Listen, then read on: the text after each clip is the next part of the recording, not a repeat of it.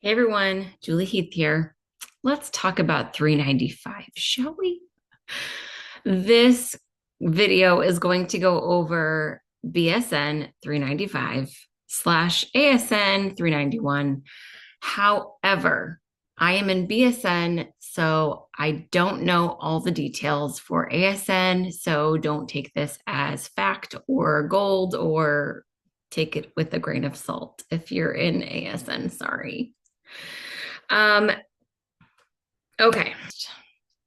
Before I was in this class, I was like, why do 395ers complain so much?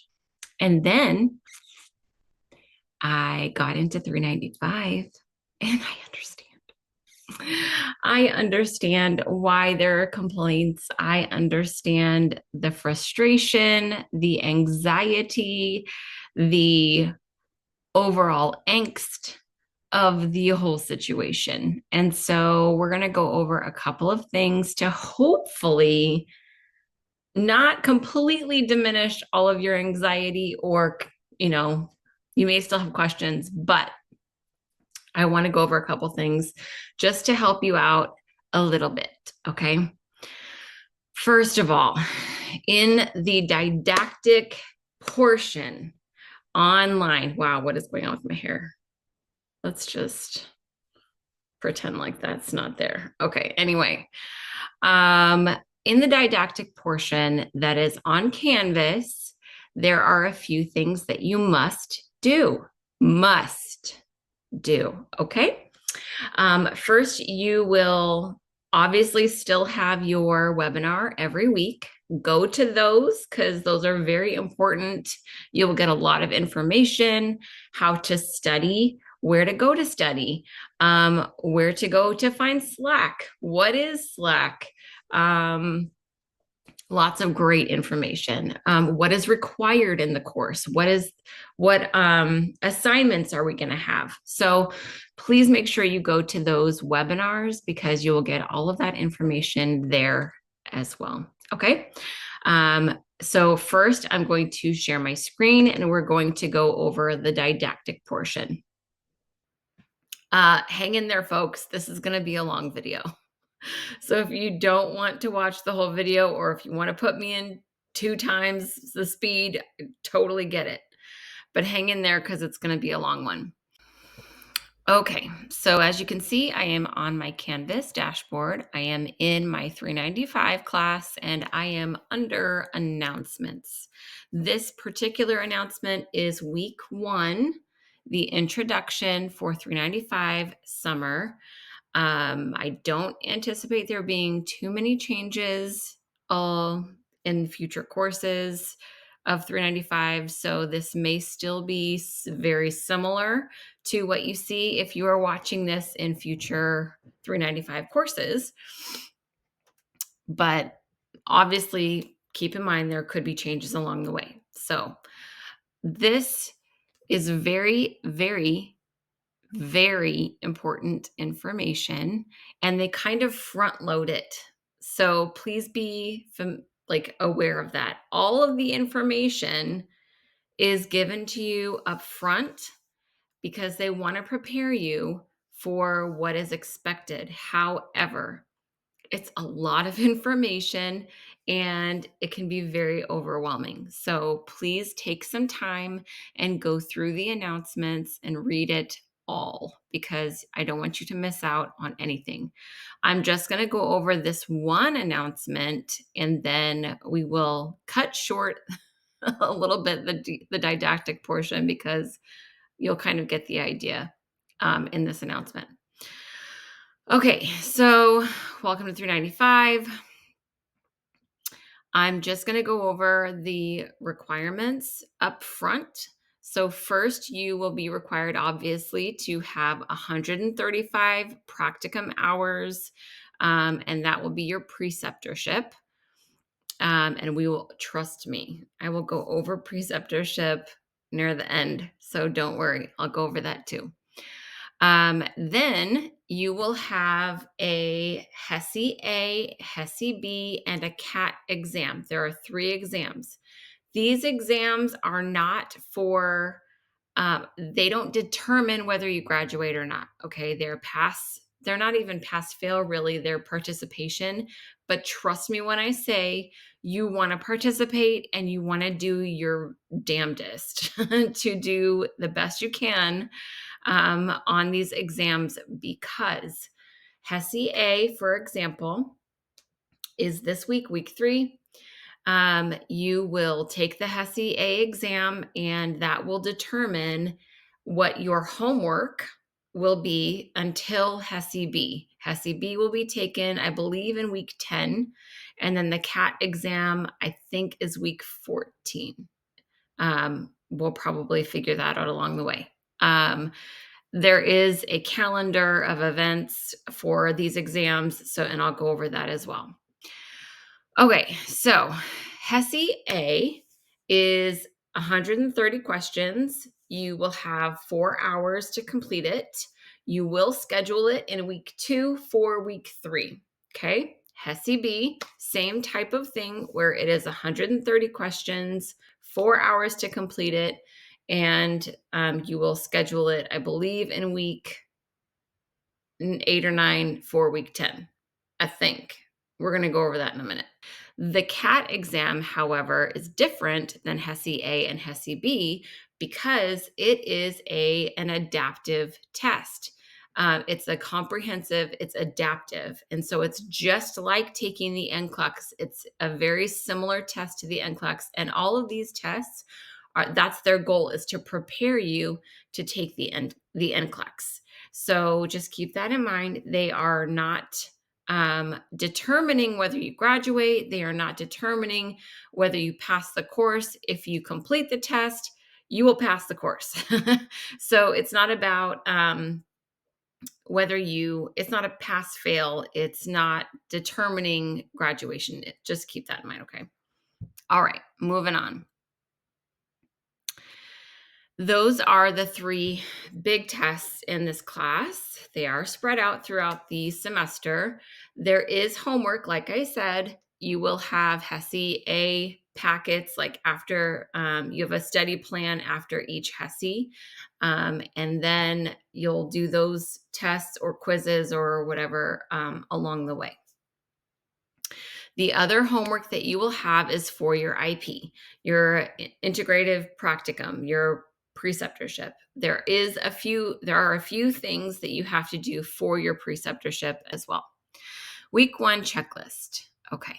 This is where it gets overwhelming because there's a lot of stuff that you need to know about and read about and do in the first 2 weeks. Okay, so you'll read through all of the expectations for your IP.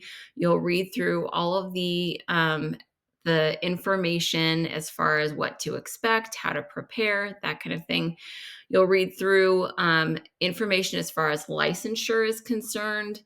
So they're really trying to prepare you for what to expect through this course and after. In the first week, obviously, you still have an introduction discussion because every single course has that. This is no different. And then your learner acknowledgement in the first week. Okay, pause, time out. Let me be very clear on this one point, okay?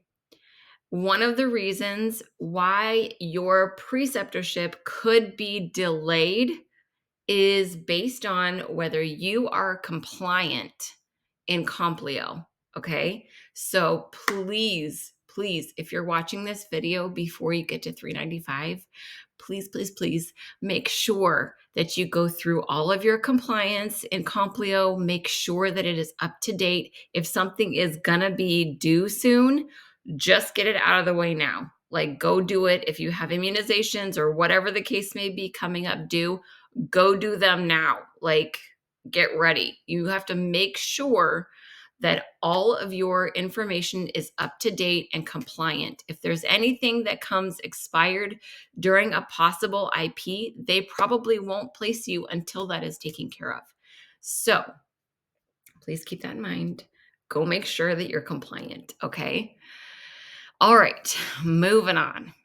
Review and print integrative practicum, the pre and post IP documents. That is important. You will have to take some of that with you to your IP and have documents filled out with your preceptor. All right.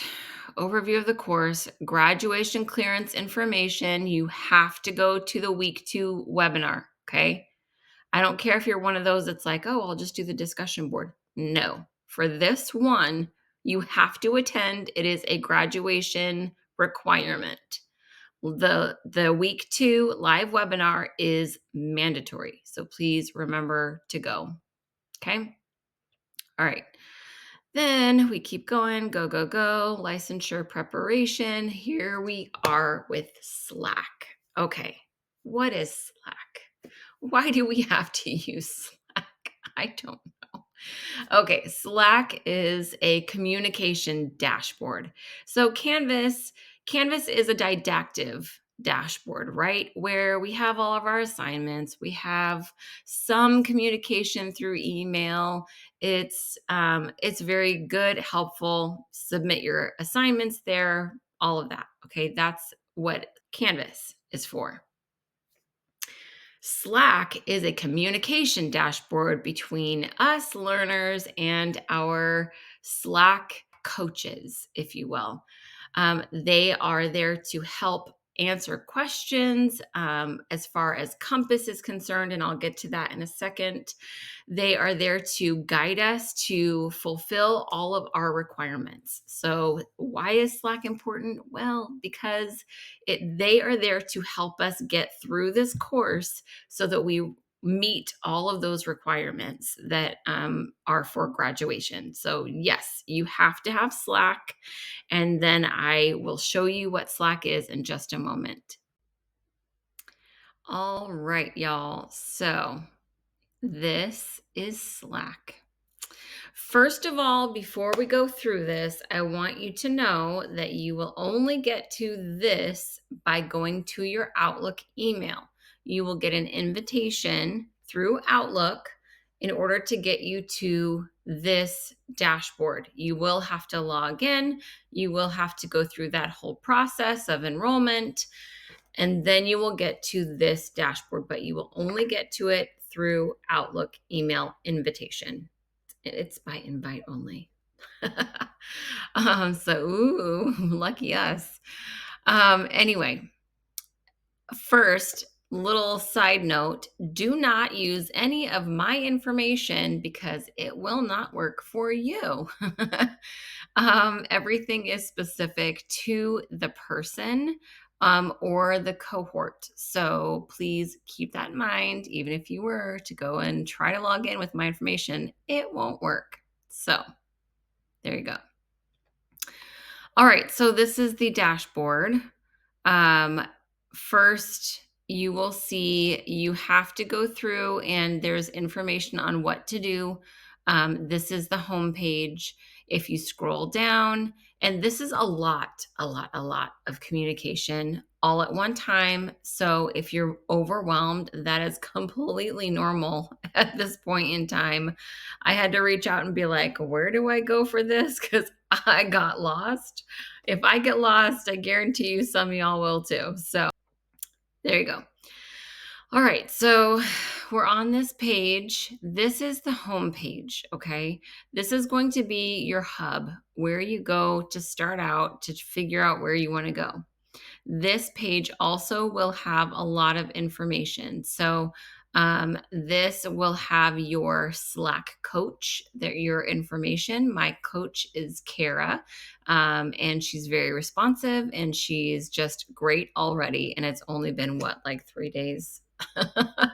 So it's just really good and nice to have somebody who you can go to and ask those questions about a lot of stuff. So first, go through this site, the Slack page, and get familiar. Get familiar with where you are, how to navigate through the little buttons, how to go back and forth. There are different tabs at the top that you can navigate through. This one that we are on, as you can see, the purple line is under the Messages tab. This is where we are. So we're on the Messages tab. There's a lot of information on this page. If you scroll down, you will find a lot of very important information, and I highly suggest going through it. Then you'll go to Start Here. There's again a lot of very important information. On this page, you will also find out how to enroll in the HESI Compass course on Evolve. So go to this page, it'll give you instructions on how to do that. That is essential, mandatory, you have to do that. So if you don't know where it is, it's going to be in Slack under the Start Here Nightingale Compass. Okay. HESI Compass. Because your HESI Compass is where you're going to be taking your HESI A exam and HESI B exam, and all of those coordinate with the Compass dashboard so that you can get your study plans. So it's very important that you go through this and enroll. Okay. In the middle here, you will see jump to actions. So jump to section. So you can click on one of these and it'll jump to that section in this page. So you can click on action items. That'll tell you what you need to do. Like, so for example, in your Slack profile settings, update your display name to include full name followed by Nightingale College. So just one simple thing that you have to do. Click here for help. So lots of different things, Evolve instructions, study plan information, exam information, the Slack guide in case you get lost, customer satisfaction survey, Compass course calendar, very important because you need to know when to do things. And then meet your coach, that's important as well. And then frequently asked questions. If you have a question that I don't answer and it might be here. So go to the frequently asked questions. There you go. Alrighty, so there's that page, Coach Kara. You probably don't have the same coach that I do, or you may not. You may or you may not. So this is my coach. She's just, this is a way that I can direct message her, and she can message me as well. There's also the messages there. Customer satisfaction survey. You can fill this out, and then same thing, frequently asked questions, and then I can pin different things. Okay. This to me, if you're familiar with Microsoft Notes, this feels very, very familiar. It feels a lot like Microsoft Notes to me. I'm not necessarily a fan of Microsoft Notes, but if you've used it before, then you can feel familiar with this dashboard because that's how it feels with the tabs across the top or along the side or whatever. And then you just go back and forth. If you get lost, you can always go back to, on the left-hand side, this will be your hub. It'll get you to this page. So this is Slack, y'all. Not hard, just a lot of information that is super, super important. But anyway, a lot of information. Okay, so one really cool thing that I just found out is that you can download the Slack app on all of your devices. So you would just go to the App Store or the Google Store and go to the search button up at the top, type in Slack. And there it is right there. So you would go to Slack, and then since I already have it on my computer, I downloaded it already, so I can't download it because it's already on there. But this is how you would do it. So you would download Slack, and then you would log in, and there you go. You would have it on all of your devices. So I highly suggest doing that and putting the notifications on so that you will be notified anytime there is a message that pops up. Slack launch. Okay. So Slack is going to launch, well, this semester it already launched. So it was last week, or actually what's today? Today is the 20th. It launched this week on Monday, but we were able to receive an email on Friday. I believe it went out Friday of last week, and that allowed you to get into Slack and register for it. You will get an email in Outlook, and that will have the information for Slack. It will have your login information or the link to get to Slack. So look for your Outlook email if you have not received, if you haven't gotten into Slack yet. If you haven't, I'm a little concerned. You need to get into Slack because it's a lot of information that you have to have. So please make sure you do that if you have not already. Okay.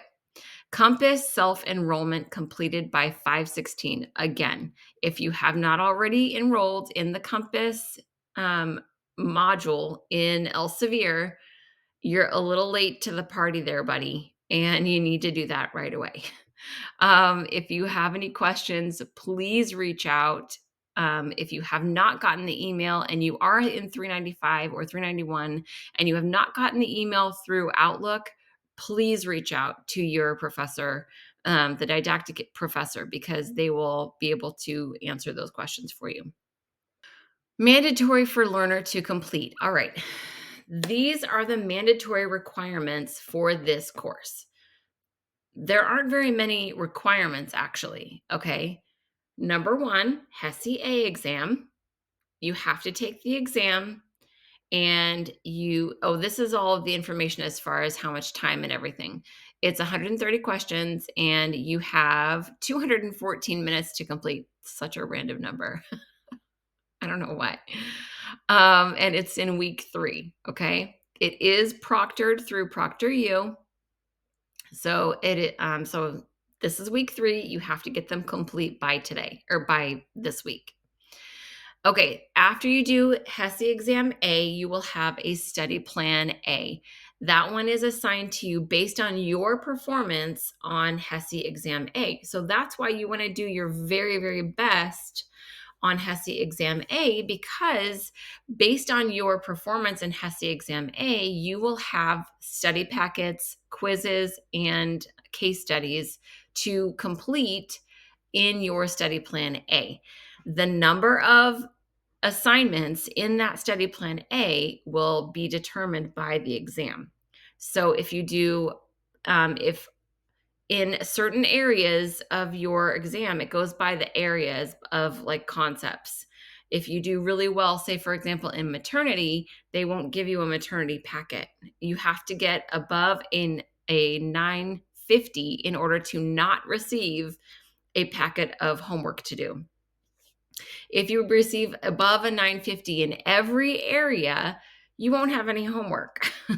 Not likely, but possible. So do your very, very best on every exam so that you can minimize the amount of homework if you want to do it that way, or just do as best you can, and however many packets you get, that's how many you get. Okay. It all is meant to help you succeed in meeting the NCLEX requirements and passing the NCLEX after we graduate. So, and then HESI B exam is going to be, for this semester, it's going to be June 23rd through June 27th by 5 p.m. Mountain Standard Time. That's going to be in week 8. So we have to, did I say week 10? Whoopsie. It's week 8. Correction. It's week 8. So we have to complete it by 5 p.m. Mountain Standard Time on June 27th. Okay. Again, with this HESI B, you will also have a study plan B that's coordinating to however many areas of nursing that you got below a 950, if that makes sense. If your score was below a 950 on that area, then you will have a study packet according to that area of study. So psych, maternity, infection, like whatever the case may be. Okay. Then we will have a CAT exam from August 4th through August 8th by 5 p.m. in week 14. so which we will also have to schedule. It's also proctored with ProctorU. And this one you don't have study packets for afterwards, but it is, like I said, an adaptive test and it mimics the NCLEX. So it's very helpful in that way as well. The comprehensive exam, you will be required to complete the comprehensive exam if you score less than 850 on either the HESI A or the HESI B, or score less than 11.5 on the CAT exam. So this exam is in Compass, and it's the results are submitted in the NCLEX coaching course that Dr. Smith oversees. For any questions regarding the comprehensive exam, please reach out to her. So this comprehensive exam is not meant to torture you. It's just meant to give the coaches an idea of what to work with you on. And you will have to meet with the coaches, and they'll help you out to hopefully get you to a better level, so that once you do take the NCLEX, you will feel more prepared. Okay. All right. So to access your HESI exam results, you log into Evolve. It's pretty much the same way that you would get to the other exam results like you did before. So log into Evolve, go to the HESI Assessment Next Gen course, and then choose exam results. So the dropdown will say RN exit number, blah, blah, blah. Once you have chosen the correct exam, then you click Get Student Report. A PDF will generate, and this has your name, HESI score, and the date you took the exam. Take a screenshot of this document or download and save it. Now navigate to Canvas and submit the document to the correct assignment. Okay, so after every HESI, we have to submit our score, and it's going to look like this up here. So HESI exam A and B. And this is what they're talking about. They want the top score, the score information. Your name will be here. And then, yeah. So this is what they're talking about, that little snippet. Okay. The late policy. The late policy will apply for any documents submitted after the due date, but for the tests, the exams, those have to be taken within the time frame that was up above. Okay, those are non-negotiable items. Okay, study plan.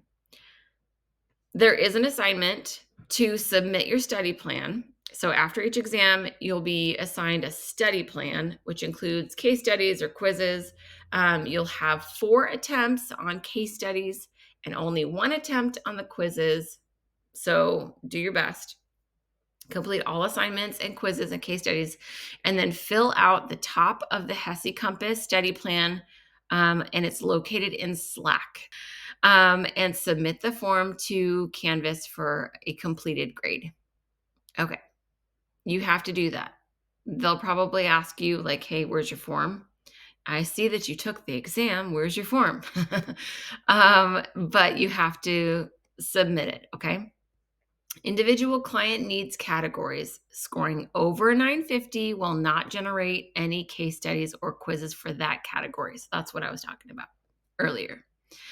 The amount of case studies and quizzes generated are determined by your HESI exam scores. So in each category, I don't think I can make that bigger, but you can see the categories over here. In each category, if you scored below a 950, then you will put your score, and you'll have packets to do for that. Okay. If you scored above a 950, then you won't have any for that particular area. Okay. HESI Study Plan A and B completion is a requirement for your graduation and transcript clearance. So, yes, that is very important. You still want to make sure that you complete all of the assignments that are in this. Like I said, there aren't very many, but you want to make sure that you complete all of the assignments because they are requirements for graduation. Okay. CAT exam, the computer adaptive test. To get your score, go to my Evolve, HESI exam, Next Gen. Under the homepage, scroll down to complete exams and then click on RN, exit CAT. Download the PDF, and then I think you submit that as well. All righty. There is NCLEX coaching. There are NCLEX webinars still, and you're welcome to go to all of them. I highly suggest going to them. They're very helpful. They will help you talk through things, and they will help you wrap your brain around certain items that maybe you're struggling with. So please make sure you set time aside. Those are I think they're on Wednesdays and Fridays. So same type of thing as in 366, where you have the optional webinars that you can go to. They're not required, but you can go to those as well. Actually, they may be required for some. I shouldn't say they're not. Don't quote me on that. I think that if you have been struggling previously, like barely passing, then maybe you do have to go to a few. There may be some requirements for you.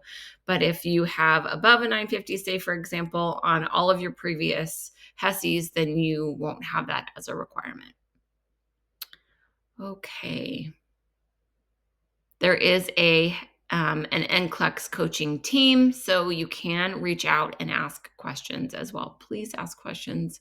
If you're struggling or having just a hard time and you really want to do well, but your scores are not reflecting how well you think you're doing, please reach out. Please ask, because they want to see you succeed. So please ask questions. All right. Preceptorship. So this is the didactic portion of the preceptorship. There are assignments that you have to do for your preceptorship. It's not just you go and you do the thing. You will have paperwork that you have to take with you to get signed by your preceptor, yourself. You have to come up with your schedule with your preceptor, and you have to document that as well before you start, along the way, and afterwards. So there are 3 different assignments, and each one is in the modules, and you will see what the requirements are for each assignment. So like the pre-IP documents, it'll be your preceptor agreement form, the last page of the Integrative Practicum guidebook, and then the preceptor's email address, which you type into the comments on the assignment. Okay, so when you get your preceptor, ask them for their email address, and you will type it into the comments when you submit the assignment. So please keep track of that. Okay, then midway through your preceptorship, so like after the 5th shift, so approximately 65 hours in, you're going to submit your hours log that shows how many hours you've completed. And then it's, I think your preceptor has to sign it as well. Okay, and then after you've completed all of your practicum hours, your 135 hours, which caveat does include any onboarding hours, okay? So if you have 10 hours of onboarding, guess how many IP hours you have to complete? 125, okay? So keep that in mind. It does include your onboarding hours. Write that into your hours as well. That has to go in there. So post IP documents, make sure all documents are completed and signed or initialed. And then you'll have your learner evaluation of the preceptor, and then the preceptor will evaluate you. So that form will be there, and your accumulation of your hours or your hours log. And that's pretty much it for the didactic portion of your IP. So now let's talk about IP. All right, y'all. I know it's been a long video so far. Hang in there. We're almost done. I promise. All right, so now we're going to talk about IP, your integrative practicum, what to expect. Honestly, 100% transparency right now. I have not gone to mine yet. However, I do have some good tidbits of information, and I'm happy to share what I do know. So first of all, you will be notified about your IP through IP placement. and that will come via Outlook email. Okay. Your Outlook email will tell you about where you're going, who you're going to be meeting, their name and information, and also the location of your placement. However, it will not all come at the same time. Ain't that fun? First, you will get an email from IP Placements that tells you pretty much what state. Let's just call it that. It'll say pretty much what state you're going to. And then it may or may not give you a tentative start date. Example, I got my notification and initially it said I was going to Scranton, Pennsylvania. I was like, cool, Scranton, Pennsylvania. Haven't been there. So I was like, all right. And I did my thing. Like I go and I look up, okay, Scranton, Pennsylvania, closest airport, get the ideas going, right? Don't do that. Just don't do that. Don't go down the rabbit hole of planning just yet. Okay. There's a lot that has to happen before you can start planning. And I'll get to that. So I had a couple of onboarding documents that they needed. So I quickly did a return email with those documents, sent that back. And then about 30 minutes later, they were like, oh, just kidding. You're not going to Scranton, Pennsylvania. You're going somewhere else. And they sent me the location. And I was like, all right, cool. Don't know where that is. So I was like, different state. Great. That's awesome. So I got the city and state of my IP. And then they told me a tentative start date of June 16th. I was like, cool. That's great. I had no idea where I was going. But they did also have, again, some documents that needed to be returned. I was able to figure out where I was going through the documentation.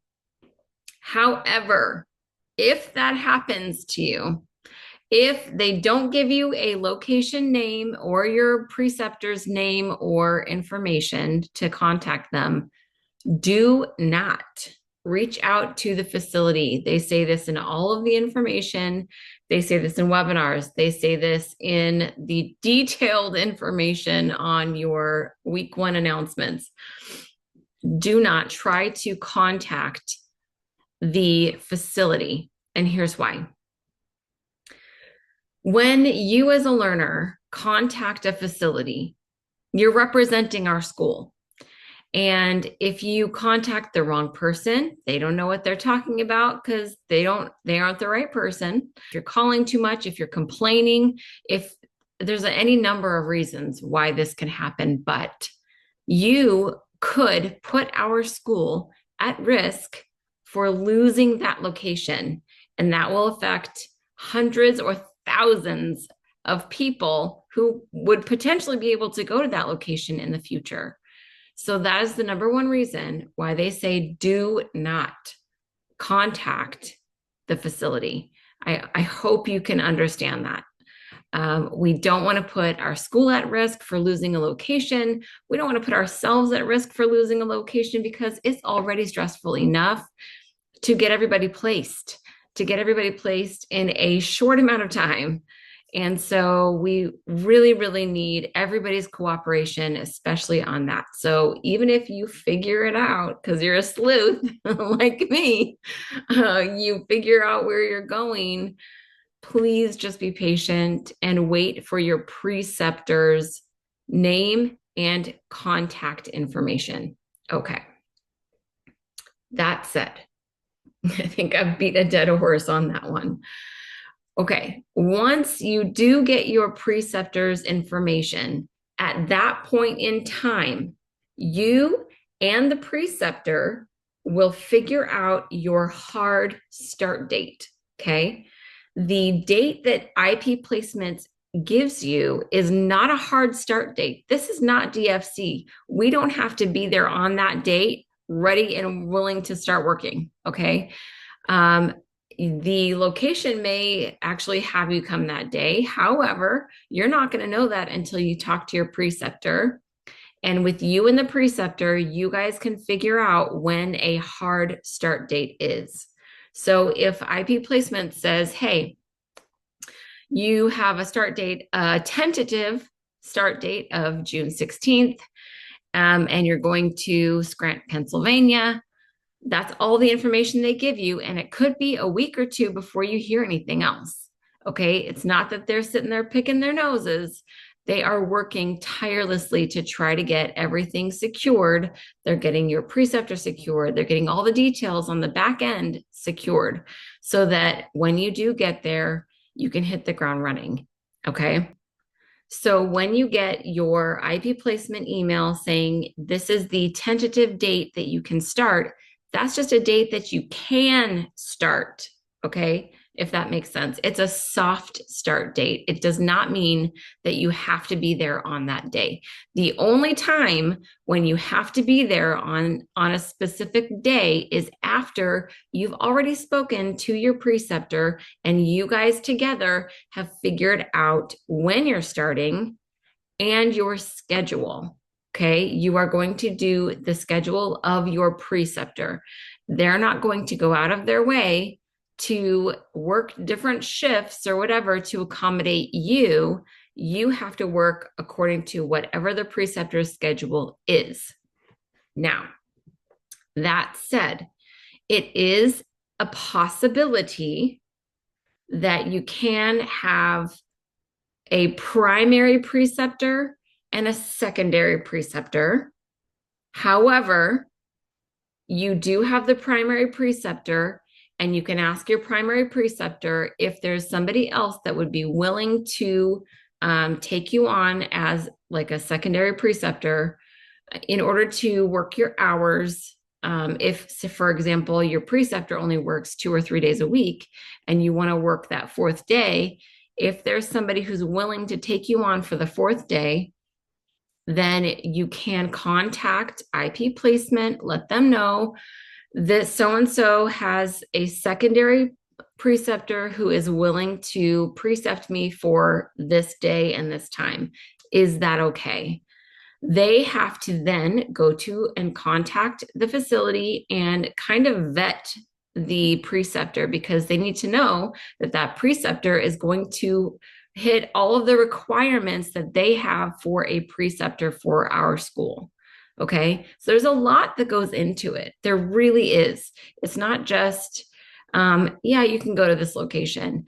They have to make sure that not only is the person that they put you with qualified, that they're qualified enough to match all of the requirements across the board so that you can not have any problems getting your license. Okay.